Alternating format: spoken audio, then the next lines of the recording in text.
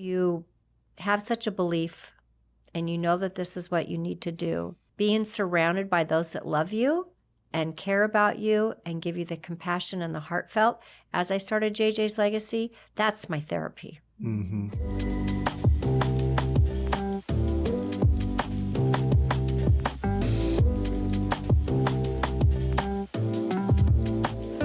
Wow, we would have never believed this. We're on Spotify, we're on Apple, we're on Google. Go out there and listen to us. So we're excited about it. We're glad you're excited about it too. Lunch break. We're so glad you joined us today. And I have Abigail. Would you want me to call you Abby or Abigail on the show? Abigail. Abigail, I like that formal. And we have Lori, and let me pronounce the last name, Malkin.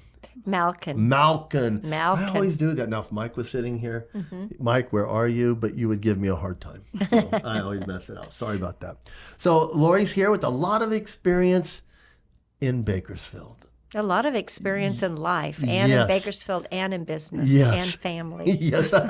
we could be here forever talking, but we have a time limit. Lori's on that, and so are we. So glad to have you, Lori. Thank you for having me. Oh, Yeah, this is absolutely. great. Yeah. So it's exciting to learn what you do Yeah. and what Abigail does. Yeah. We try to do it, right, Abby? Yeah. You know, I come in today, and I'm not going to talk to the camera with Mike, but Abby has me so organized. There you go. Yes. Oh, I'm telling you, it's a nice touch. And Mike, if you can hear this, I mean, it's all organized. And that doesn't normally happen for lunch break, I don't think. Thank you, Abby. Thank you. So we're out here. So, Lori, tell us a little about just, were you a Bakersfield resident for all your life? I was born and raised right here in Bakersfield. Wow. Bakersfield again. Bakersfield. Yep, Bakersfield. And I've lived here my whole life. I did go away to college for a couple of years. And then I did live out of town, periodically, 2 or 3 years at a time. But generally, I have been here my whole life, watching this town and this community grow tremendously. It's amazing where it's gone. It's kind of a little secret. It was in California. I think some people have invaded our community after they realized that we do have something. It used to be the hot weather. People would go, and I kind of guess sometimes. I've asked our weathermen, how many days do we get over 104? And they're estimating like 30 to 35. And it used to keep the people in LA, where they are. People from San Francisco didn't even want to hear about it. But I don't think that happens anymore. I think they're coming for the economy. And just the cost of living is so affordable. Yes. Housing, we have a very booming building of new houses and and the community is something that you can't explain. You have to experience. You do.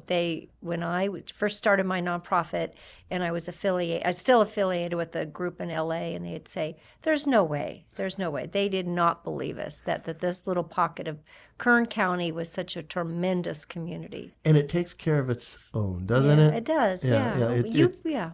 When you have come out and you have a cause, and you can explain your cause, and you could really get behind it, they'll come out and support it. They are. And Lori has a nonprofit called JJ's Legacy that we're going to get into probably on this show, and also on Ministry Matters.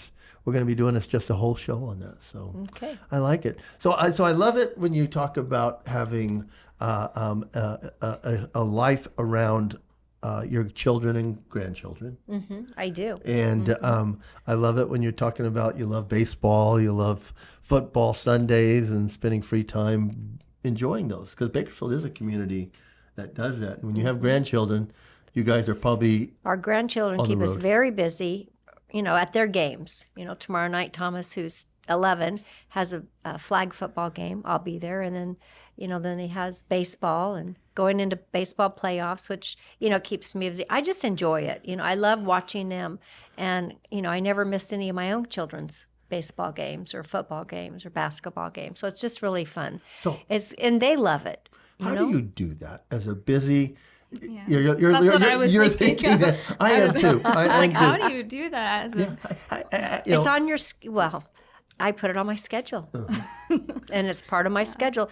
And you make a commitment to yourself, and you make the commitment that you want to do it, and you know that and then sometimes I'll say, "Oh, I'm tired. I've worked all day. I just would love to go home and sit down on the couch and make dinner."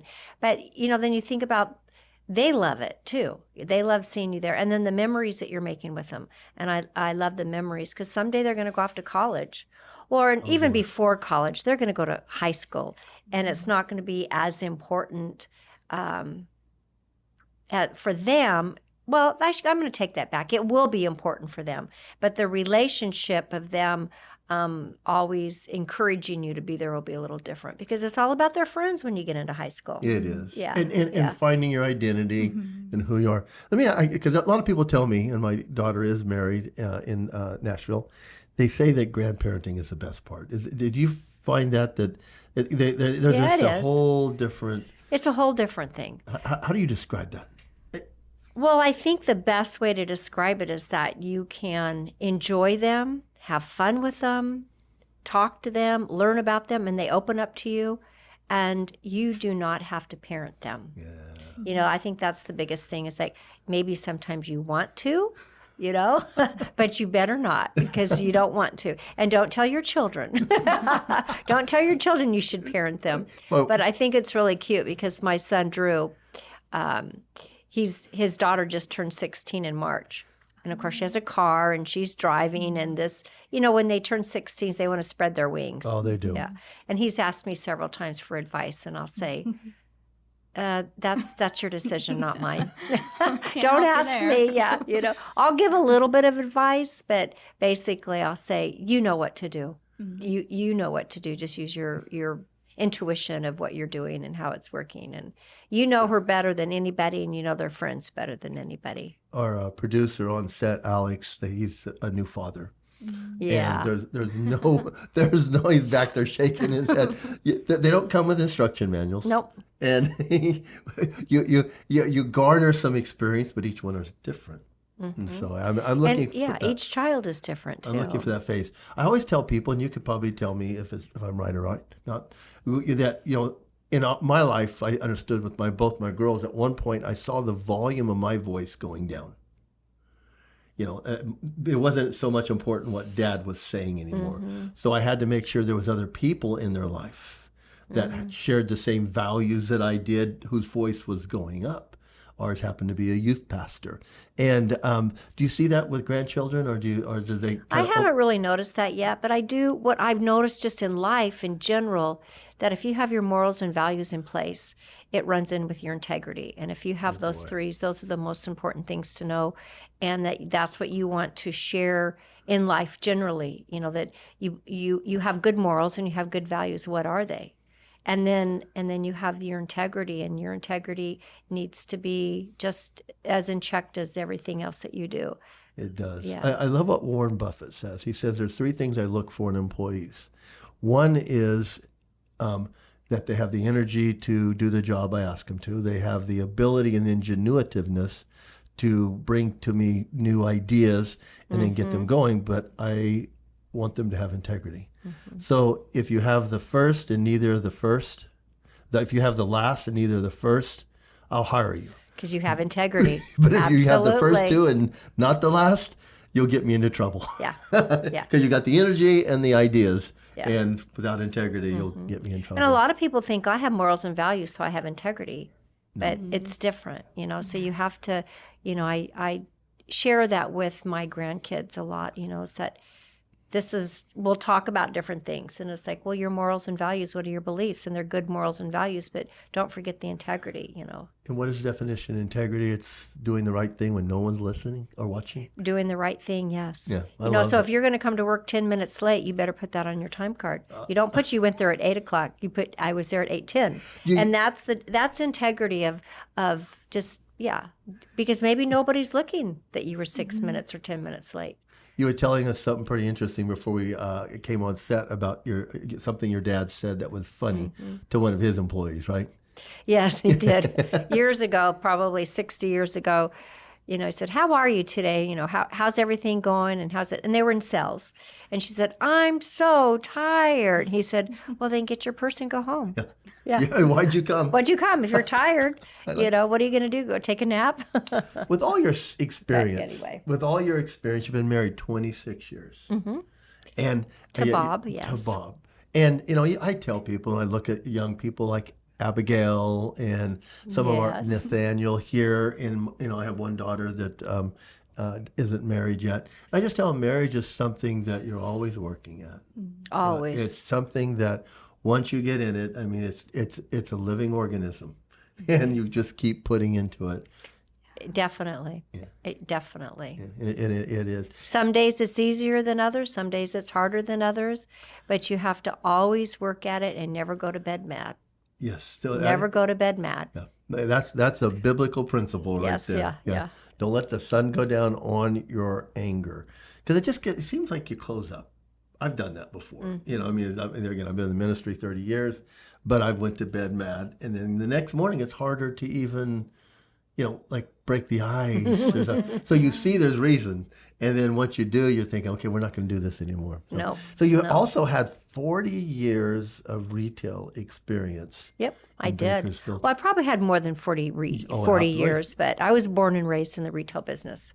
So my mom was Christine, and she opened up Christine's in 1950, before I was even born, my mom and dad. And they were downtown Bakersfield. So let me say that. She was ahead of her time. Very ahead of her time. 50 in the 50s. In the 1950. To be a woman in business owner. That is amazing. She really was. What was her name? Christine. Yeah, it was Christine. Yeah, Christine. Yeah. Christine Patterson. And my dad was Keith, and he was a farmer. And after he saw the business of retail that they were in, then they opened up several other stores, and they had Christine's, they had the Vogue, and then they had Mariana's, and they did that for years and years and years. And yes, she was ahead of her time as a businesswoman.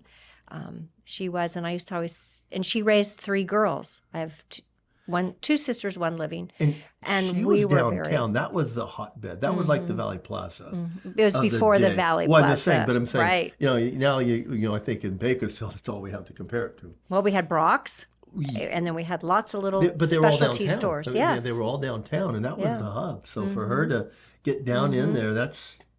But it was good. But that was the only place. That's really bold. I don't know. I just always admire women who can kind of be in the position of, I don't want to say dominance, but like, I don't know, be the boss woman. Yeah. I think it's incredible. Well, they just want to, and I would always say to my mom, because she raised 3 very strong women, my 2 sisters and myself, and we were all in our own business. And so your dad was a daughter dad. Yeah, my dad was a daughter dad. Oh, and he was a farmer. And then after probably 1955, 56, when he saw the business of retail and what they could do with it, then he ran the business, ran the marketing, ran all the business, and my mom was the buyer, and they did it together. But I used to say to my mom, where did the strength come from in our family? How can you raise 3 independent women? And she said, well, look at your grandma, Christina. Ooh, Christina Tobler. In 1908, she got on a boat. Well, first of all, she traveled from Switzerland, born and raised in Switzerland, took the train to London, got on a boat all by herself, took the boat from, England to Ellis Isles, registered as an immigrant, took the stagecoach all the way across to I love that. to Baker Street in East Bakersfield on a train, got off the train and met her boyfriend, who was 5 years ago from Switzerland. He left 5 years earlier.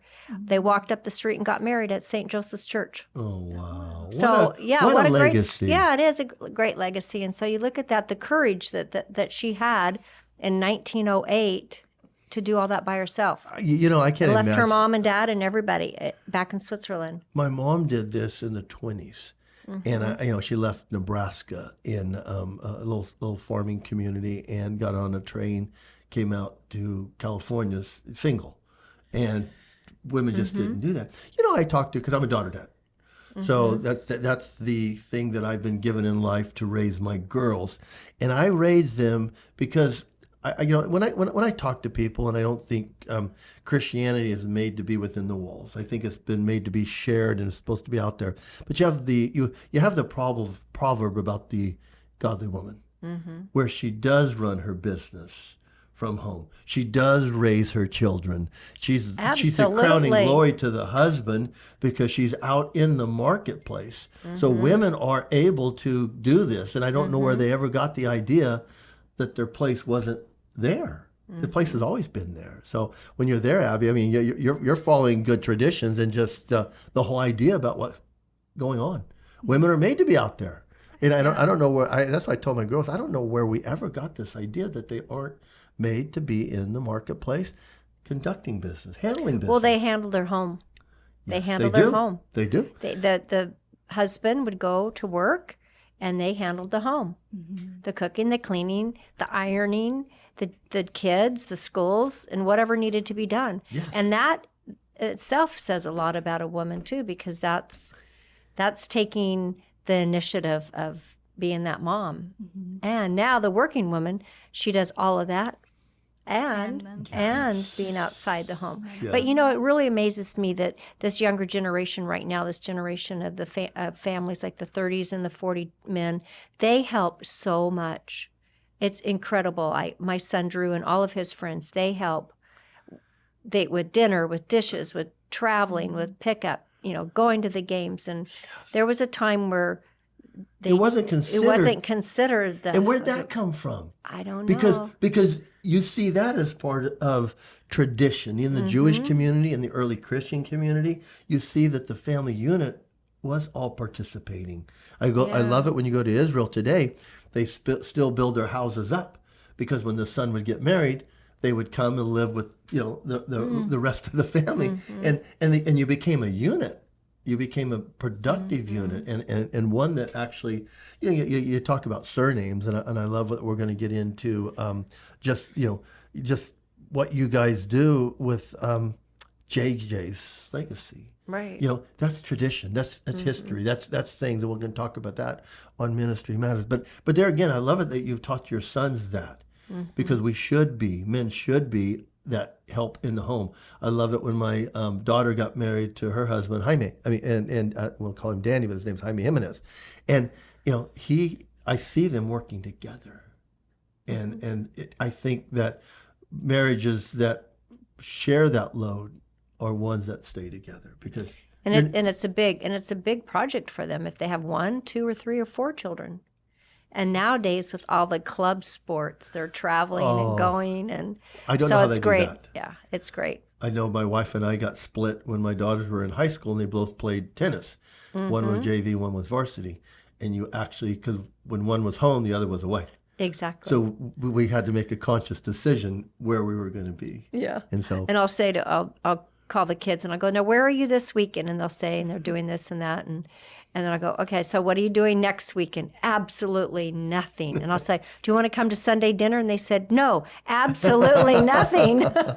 That's so funny. I love your spirit, and I know, Lori, that to run a retail business, what was your, there again, as I've seen you at the golf tournament, and I see Bob, and you're working as a unit. It was so funny when I was out there, because you had asked Mike and I if we'd seen Bob. I've never met Bob, and so I told Mike, let's go find Bob. He goes, well, you don't know what he looks like. I go, well, if I know him, he's going to be one that's going to be giving orders.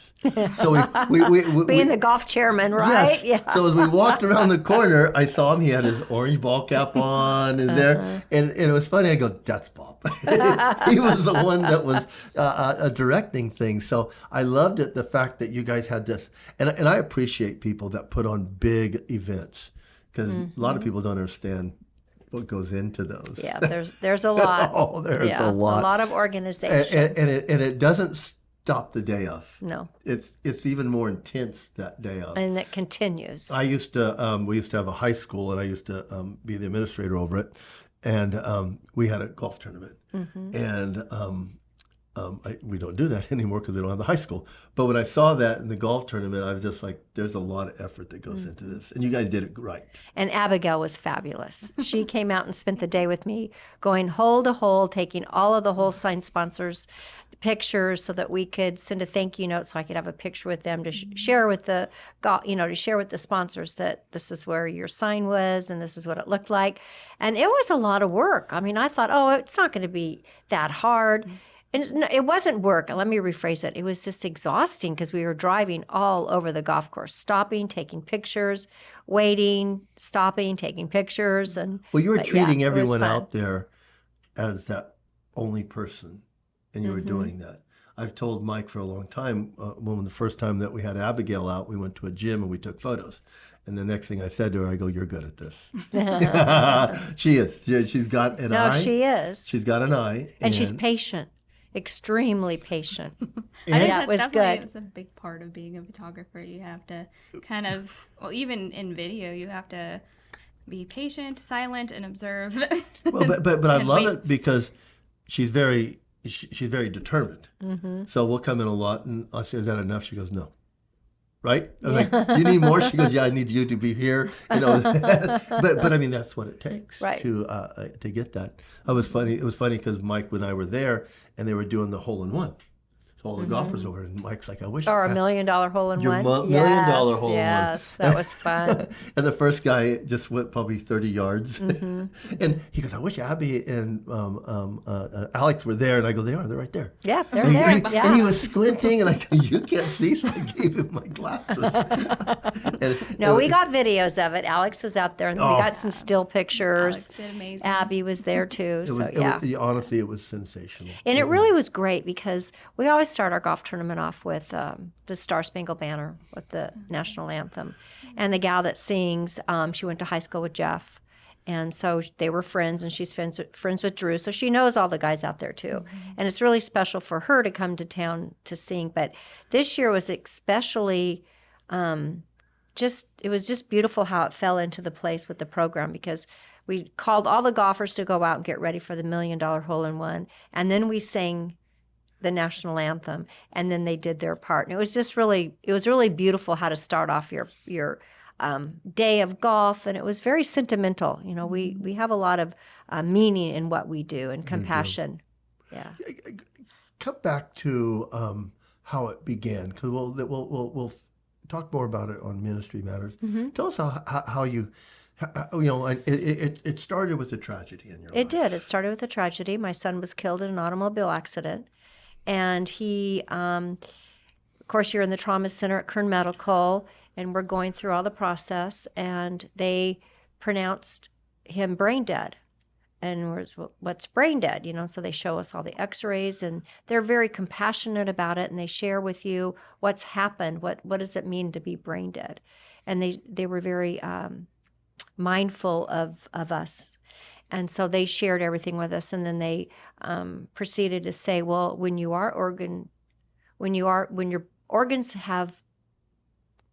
brain dead, your organs will not function anymore. There is no oxygen to your organs. So they're kept alive through all the different machines. And they said, Jeff is a perfect candidate and has the opportunity to be an organ donor to save lives and cornea and tissue. And so we're like, okay, so let's hear more about this. And then Had that ever been a consideration before that moment? we had never. I knew about it. Yes, absolutely, I knew about it. And I'll tell you, Jeff's story is that they presented it to us that he could be an organ donor, and we said, okay. They said he is not registered. He's not a registered donor. And what that means is that you're not registered through the state of California to be an organ donor. He had not made that choice himself. So not making that choice himself, they turned to his father and I, and they said, will you consent? We said, yes, absolutely. Wow. So it was a very traumatic trauma time. So I wanted it to be part of my purpose in life. And we'll talk about this because it was all God's doing, that he wanted me to put the passion into our community to learn more about it. So can I ask you, because what I'm supposed to, and Michael will be watching me, what got you to that moment and through it? Because God. Well, why no? I mean, my religion. That's what I wanted to hear. Yeah, yeah. Because I'm a would you get chaplain through for the that? city fire department. Right. And Mike and I do have a hand into a nonprofit that we do, which we take care of not mental illness, but mental health for first responders.